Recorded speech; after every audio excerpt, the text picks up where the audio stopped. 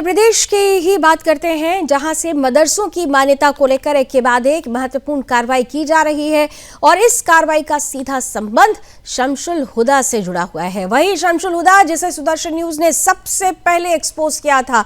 धर्म योद्धा डॉक्टर सुरेश चौहान के जी के कार्यक्रम बिंदास बोल में शमशुल हुदा के एक एक काले कारनामे की परत हमने खोलकर रखी थी और जैसे ही हम देश के सामने शमशुल हुदा को एक्सपोज करते हैं, उसके बाद से शासन प्रशासन की यह कार्रवाई शुरू होती है। शमशुल हुदा खान जिस मदरसे से वेतन प्राप्त करता था, अब उस मदरसे की मान्यता समाप्त कर दी गई है।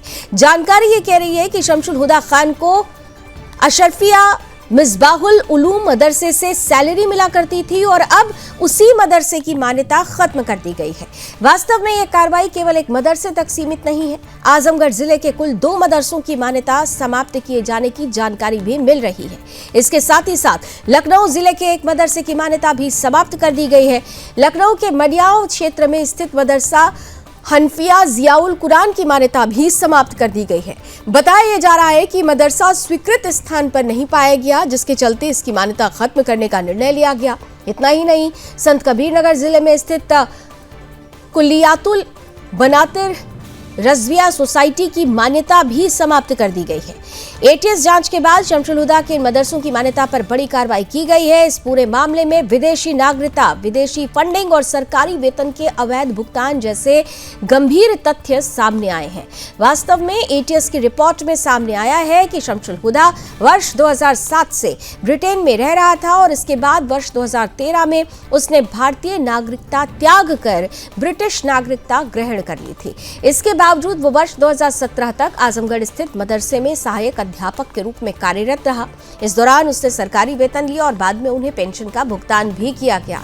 जांच में यह भी स्पष्ट हुआ कि इस पूरे प्रकरण में मदरसा प्रबंधन और संबंधित अधिकारियों की भूमिका संदिग्ध रही है।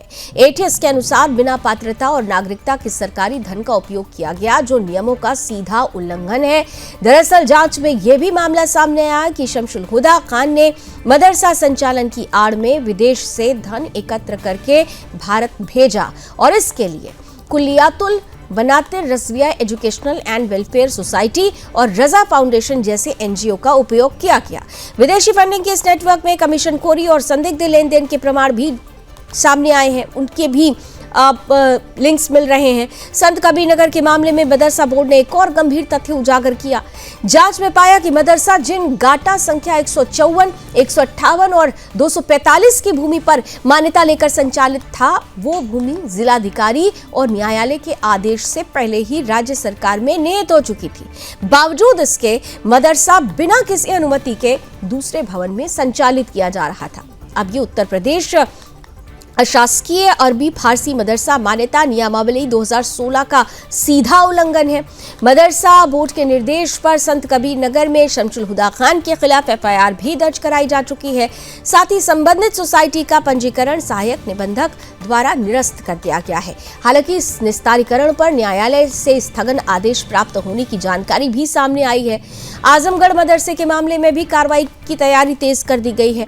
यहाँ मदरसा प्रबंधन, प्रधानाचार्य और संबंधित कर्मचारियों के खिलाफ अनुशासनात्मक और दंडात्मक कार्रवाई की प्रक्रिया शुरू की जा रही है।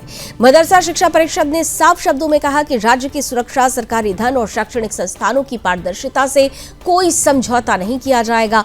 परिषद ने यह भी स्पष्ट किया कि जांच के दायरे में आने वाले अन्य मदरसों और व्यक्तियों पर भी कार्रवाई जारी रहेगी। यानी ये मदरसा केवल 2 मदरसों तक सीमित ये मामला नहीं रहने वाला है, केवल 2 मदरसों तक ही सीमित नहीं रहेगा, बल्कि पूरे नेटवर्क की परत दर परत जांच की जाएगी और जांच प्रक्रिया का ही ये नतीजा है कि पहली कड़ी में शमशुल हुदा को सैलरी देने वाले मदरसों की मान्यता खत्म की गई और साथ ही साथ आजमगढ़ के 2 और मदरसों की मान्यता समाप्त कर दी गई है।